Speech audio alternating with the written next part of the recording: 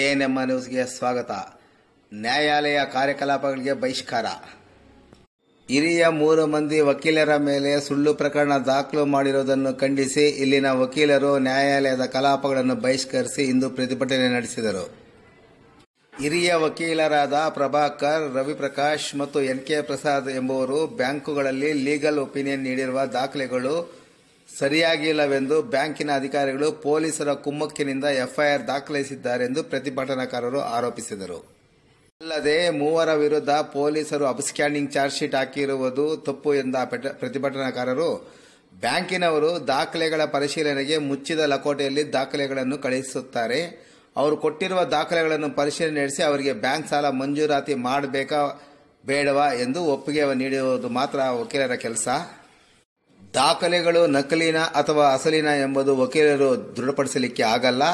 ಇಂತಹ ಪ್ರಕರಣಗಳಲ್ಲಿ ವಕೀಲರನ್ನು ಪ್ರಕರಣದಲ್ಲಿ ಸಾಕ್ಷಿದಾರರಾಗಿ ಮಾಡಬೇಕೇ ಹೊರತು ಅವರ ಮೇಲೆ ಎಫ್ಐಆರ್ ದಾಖಲಿಸಿರುವುದು ಹಾಗೂ ಅಬ್ಸ್ಕ್ಯಾಂಡಿಂಗ್ ಚಾರ್ಜ್ ಶೀಟ್ ಹಾಕಿರುವುದು ತಪ್ಪು ಎಂದು ಪ್ರತಿಭಟನಾಕಾರರು ಆಕ್ರೋಶ ವ್ಯಕ್ತಪಡಿಸಿದರು. ಪ್ರತಿಭಟನೆಯಲ್ಲಿ ಹಿರಿಯ ಮತ್ತು ಕಿರಿಯ ವಕೀಲರು ಭಾಗವಹಿಸಿ ಮನವಿಯನ್ನು ವಕೀಲರ ಸಂಘದ ಅಧ್ಯಕ್ಷರಿಗೂ ಸಹ ಸಲ್ಲಿಸಿದರು.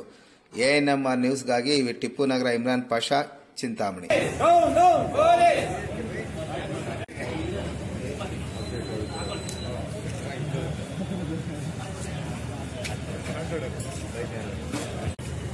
ಸರ್ ಹೇಳಿ. ಪೊಲೀಸರು ಸ್ವಲ್ಪ ಜೋರಾಗಿ ಹೇಳಿ. ಕರ್ನಾಟಕ ಸರ್ಕಾರದ ಪೊಲೀಸರು ನಮ್ಮ 3 ಜನ ಹಿರಿಯ ವಕೀಲರ ಮೇಲೆ ಒಂದು ರೆಫರ್ಡ್ ಕೇಸಲ್ಲಿ ಅಬ್ಸ್ಕಾಂಡಿಂಗ್ ಅನ್ನು ತೋರಿಸ್ಬಿಟ್ಟು ಲಾಯರ್ ಮೇಲೆ ಚಾರ್ಜ್ ಶೀಟ್ ಹಾಕಿದ್ದಾರೆ. ಅದು ಬ್ಯಾಂಕಲ್ಲಿ ಸುಮಾರು 4 ವರ್ಷಗಳ ಕೆಳಗೆ ಒಂದು ಲೀಗಲ್ ಒಪಿನಿಯನ್ ಕೊಟ್ಟಿರೋದ್ರಿಂದ ಅದು ಅವ್ರಿಗೆ ಮಾರ್ಕೆಟಬಲ್ ಟೈಟ್ಲ್ ಇದೆ ಅಂತ ಮಾತ್ರ ಹೇಳ್ತಾರೆ. ಆದರೆ ಇವರು ಒಂದು ಪರ್ಸನಲ್ ಚೆಕ್ ಆಗಲಿ ಅಥವಾ ಇನ್ನೊಂದು ಪಾರ್ಟಿ ಬಗ್ಗೆ ಆಗಲಿ ಮತ್ತೆ ಪ್ರಾಪರ್ಟಿ ಬಗ್ಗೆ ಆಗಲಿ ನೋಡ್ಕೊಳ್ಳೋದು ಬ್ಯಾಂಕ್ ಮ್ಯಾನೇಜರ್ ಜವಾಬ್ದಾರಿ, ಲಾಯರ್ದು ಏನೋ ಬರೋದಿಲ್ಲ. ನಾವು ಲಾಯರ್ಗಳು ಕೇಸುಗಳು ಹಾಕ್ತೀವಿ. ಆ ಒಂದು ಡಾಕ್ಯುಮೆಂಟ್ಸ್ ಬಗ್ಗೆ ಜಿನೈನಿಟಿ ಮತ್ತೆ ಏನು ಟೈಟ್ಲ್ ನಾವು ಮಾರ್ಕೆಟಬಲ್ ಟೈಟ್ಲ್ ಇದೆ ಅಂತ ಹೇಳ್ತೀವೋ ಅದು ಬ್ಯಾಂಕ್ನವರು ಸಂಬಂಧಪಟ್ಟಿರೋದು. ಆ ಒಂದು ದಾಖಲಾತಿಗಳು ಸರಿ ಇಲ್ಲ ಅಂದಮೇಲೆ ಬ್ಯಾಂಕ್ ಮ್ಯಾನೇಜರ್, ವ್ಯವಸ್ಥಾಪಕರು ಜವಾಬ್ದಾರ ಹೊರತು ಲೀಗಲ್ ಒಪಿನಿಯನ್ ಕೊಟ್ಟಿರ್ತಕ್ಕಂಥ ಯಾವ ಒಬ್ಬ ವಕೀಲರು ಕೂಡ ಜವಾಬ್ದಾರನಾಗೋದಿಲ್ಲ. ಪೊಲೀಸ್ನವರು ಇದ್ರ ಬಗ್ಗೆ ಸರಿಯಾಗಿ ವಿಚಾರಣೆ ಮಾಡಿದೆ, ಕೂಲಂಕಷವಾಗಿ ವಿಚಾರಣೆ ಮಾಡಿದೆ ಮತ್ತು ಯಾರು ತಪ್ಪಿತಸ್ಥರು ಅನ್ನೋದ್ರ ಬಗ್ಗೆ ವಿಚಾರಣೆ ಮಾಡಿದೆ. ರೆಫರ್ಡ್ ಕೇಸಲ್ಲಿ ಡೈರೆಕ್ಟ್ ಆಗಿ ಅಬ್ಸ್ಕಾಂಡಿಂಗ್ ಇವರು ತಲೆಮರೆಸಿ ಮಾಡಿಸ್ಕೊಂಡಿದ್ದಾರೆ ಅಂತ ಹೇಳ್ಬಿಟ್ಟು ಚಾರ್ಜ್ ಶೀಟ್ ಸಲ್ಲಿಸೋದು ಅಕ್ಷಮ್ಯ ಅಪರಾಧ. ಅದರ ಬಗ್ಗೆ ನಾವು ಇವಾಗ ತೀವ್ರವಾಗಿ ಪ್ರತಿಭಟಿಸಿ ಈ ಒಂದು ನ್ಯಾಯಾಲಯ ಕಾರ್ಯಕ್ರಮ ವಿರಮಿಸ್ತಾ ಇದ್ದೀವಿ. ಮತ್ತೆ ಎಲ್ಲ ನ್ಯಾಯಾಧೀಶರು ಕೂಡ ಈ ವಿಷಯ ತಿಳಿಸಿದ್ದೀವಿ. ಈಗ ಪೊಲೀಸ್ನವರು ಮತ್ತೆ ಈ ಬ್ಯಾಂಕ್ ಅಧಿಕಾರಿಗಳು ಸೇರಿಕೊಂಡು ಏನು ಲಾಯರ್ಗಳ ವಿರುದ್ಧ ಈ ತರ ಅಪರಾಧ ಮಾಡ್ತಾ ಇದ್ದಾರೋ ಅದು ಖಂಡನಾರ್ಹ ಮತ್ತು ಯಾವತ್ತಿಗೂ ಮತ್ತೆ ಇನ್ನು ಮುಂದೆ ಯಾವೊಬ್ಬ ವಕೀಲರ ಮೇಲೂ ಸಹ ಈ ರೀತಿ ಮಾಡಬಾರದು. ಇವಾಗ ನಾವು ಅನೇಕ ಸಿವಿಲ್ ಕೇಸ್ಗಳು ಹಾಕ್ತೀವಿ. ದಾಖಲಾತಿಗಳು ಸಿವಿಲ್ ಕೇಸ್ ಸೋಲೋದು ಉಂಟು, ಗೆಲ್ಲೋದು ಉಂಟು. ಸೋತ ಮಾತ್ರಕ್ಕೆ ಲಾಯರ್ ಜವಾಬ್ದಾರರು ಅನ್ನೋ ಪರಿಸ್ಥಿತಿ ಈಗ ನಿರ್ಮಾಣ ಆಗ್ತಾ ಇದೆ.